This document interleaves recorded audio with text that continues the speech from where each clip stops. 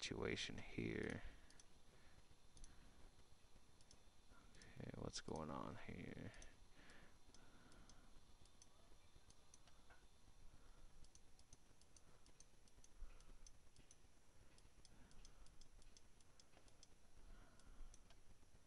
Can't really tell in the viewport, so I'm going to, where am I? Oh, lost myself. I'm gonna take a render. I'm gonna take a render, because usually a render will take up a few situations. Normally you just hit F9 for quick render, but on Camtasia that stops the recording, so that's what that little cutoff was just a second ago. Me trying to hit render. Okay, so it's just a little, looks like it's connected up to the rock ledge. Let me see. No, optical illusion. Okay. It looked like this triangle part was connected to the wall. Just optical illusion, though. Let's see. It's part of the floor. Alright. Yeah. Okay, so you go. A little interactive rock wall. You know, put a gun spawn, something in there. And that takes care of the modeling part pretty much for us. You know, obviously small little room here. It probably wouldn't be much worth to anybody, but uh, proxies. I would highly suggest proxies if you already have your map idea done. You could just make a little box. Matter of fact, I'm not even going to cover this in this part of my tutorial because I already wrote a tutorial on it and it's on renhelp.net where this is going to be. So we're just going to skip that part and go straight to texturing. Now, should have done this earlier, but we got worthless polygons up here from when we did the chamfer before. Chamfer, that thing, chamfer, I guess it's called. Do the ring tool, select out your faces, delete.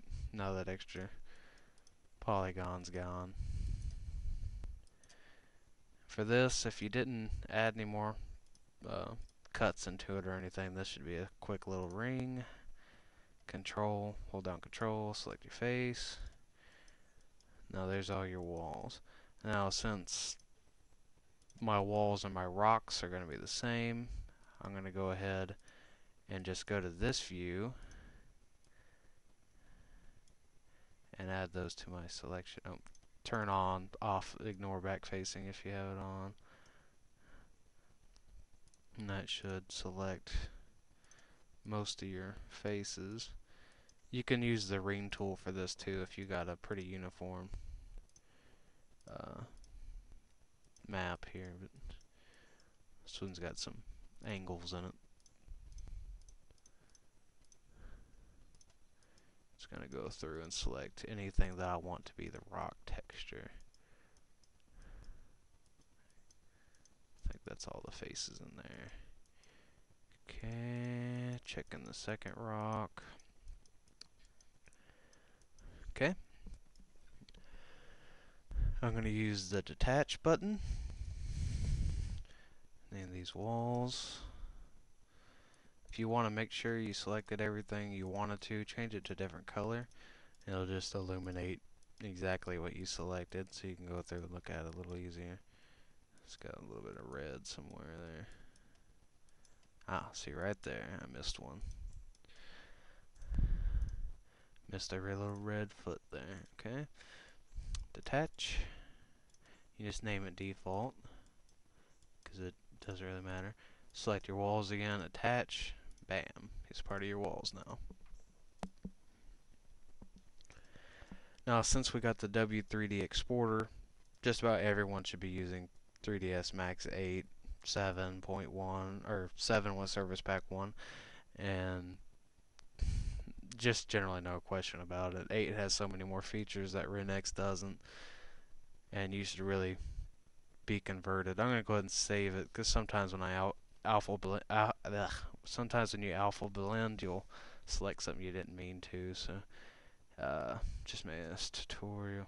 Looks like I already have a tutorial map in here, but I don't know what it is, so it's most likely not important.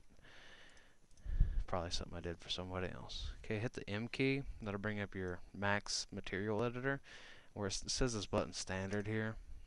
Go to your W3D, and this will give you the interface similar to RenX. Material type, since we're going to do kind of a canyony cliff kind of thing, let's select rock from the list. Passes, change it to 2 because we're doing alpha blend. Pass 1, bring up pass 2 up here.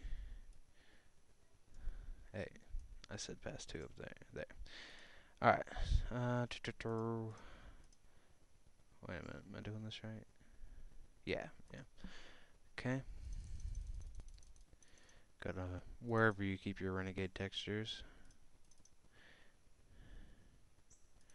Just kind of go through here.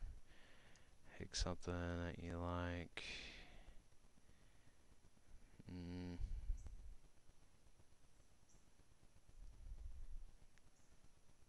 Kind of like the dark rock for this. Wherever it is.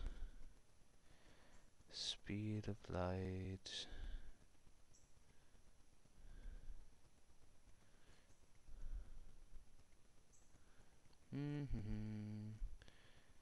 Not very canyony. It's kind of a something else. I don't really know what you would call that kind of rock. It's a gray rock. It's like that, but not with the snow. I like. Oh wait, this is canyony. There's a better texture, but you have to extract it from the always.dat yourself. I just happen to have a copy of it from before. Level edit.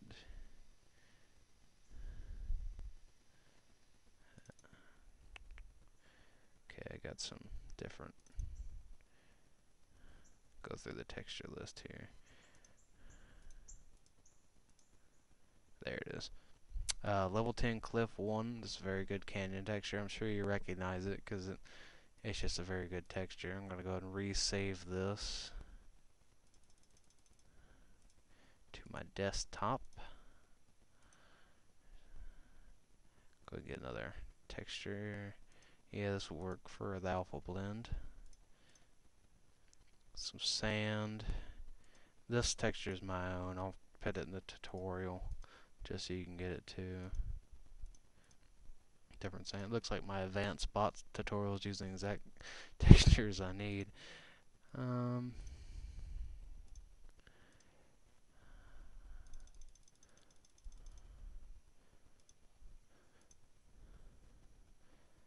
ahead and you don't want to feeling this might crash. Ah, good, they fixed that bug. Okay, so you've applied one texture. Go to your second texture. Here, other stone. It doesn't really matter which one you hit display on.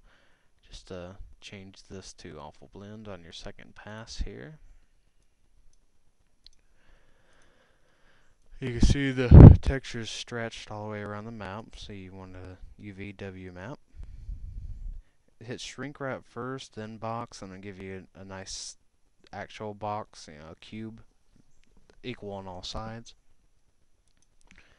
And increase your U and V accordingly. Zoom in a little bit.